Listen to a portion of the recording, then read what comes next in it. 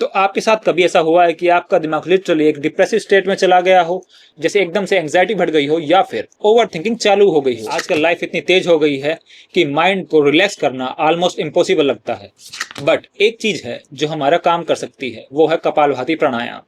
अब ये कोई रैंडम योग या फिर ब्रीथिंग एक्सरसाइज नहीं है, ये साइंस बैक्ड प्राणायाम है।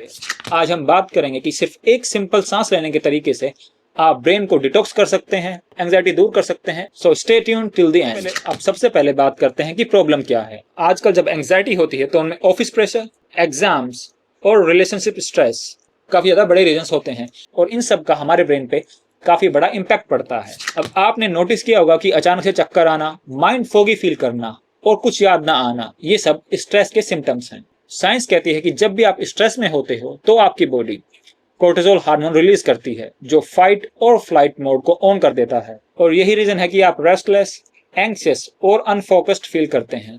अब यहाँ पे आता है कपालभाति प्राणायाम। कपाल मतलब फोरहेड और भाति मीन शाइनिंग। तो बेसिकली ये एक ऐसी ब्रीथिंग एक्सरसाइज है जो आपके ब्रेन को लिटरली ग्लो कर देती है।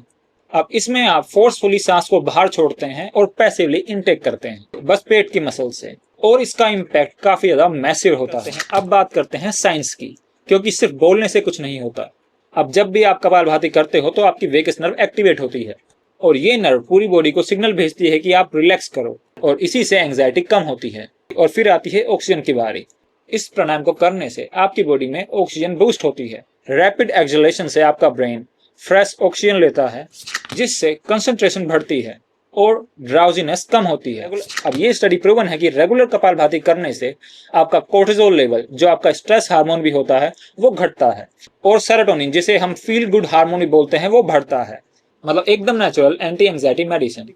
अब काफी लोग कपालभाति करते तो हैं लेकिन गलत, और फिर बोलते हैं कि रिजल्ट नहीं मिला। अब इसमें बिगेस्ट मिस्टेक होती है सांस या तो काफी तेज लेना या फिर काफी धीरे छोड़ना। इस प्राणायाम को करने के लिए आपकी सांसों का एक नेचुरल रिदम होना चाहिए, ना ज्यादा फास्ट और ना ज्यादा स्लो।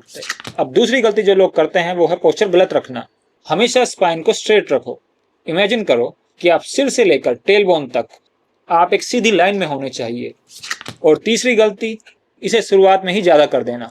शुरू में 30 से 40 ब्रेथ काफी हैं, धीरे धीरे इन्हें आप बढ़ा सकते हैं। अब इसे करना कैसे है? सबसे पहले आप सीधे बैठ जाइए, यानी स्पाइन स्ट्रेट और आंखें बंद। आप धीरे से सांस अंदर लो और फिर जोर से बाहर छोड़ दो। अब ध्यान दें कि इसमें सांस छोड़ते समय पेट अंदर खींचना चाहिए। अब इसके बेनिफिट्स तो काफी हैं, लेकिन कुछ एक बेनिफिट्स पे हम बात करते हैं। ये आपकी एंग्जाइटी कम करता है, आपके ब्रेन की क्लैरिटी बढ़ाता है, मेमोरी शार्प करता है और बॉडी को भी डिटॉक्स करने में हेल्प करता है, और साथ साथ इससे डाइजेशन इंप्रूव भी होता है।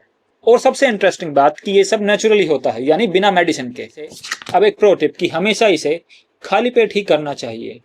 मॉर्निंग का टाइम सबसे बेस्ट है, लेकिन अगर आपको मॉर्निंग में टाइम नहीं मिल पाता है तो आप इवनिंग में भी इसे कर सकते हैं। शुरू में इसे 1 से 2 मिनट ही करें, फिर धीरे धीरे 5 या फिर उससे भी ज्यादा मिनट आप इसे कर सकते हैं। लेकिन सबसे इंपॉर्टेंट है कि आप इसे कितनी कंसिस्टेंसी के साथ में करते हैं। डेली करोगे तो रिजल्ट गारंटेड है। Thanks for watching this video.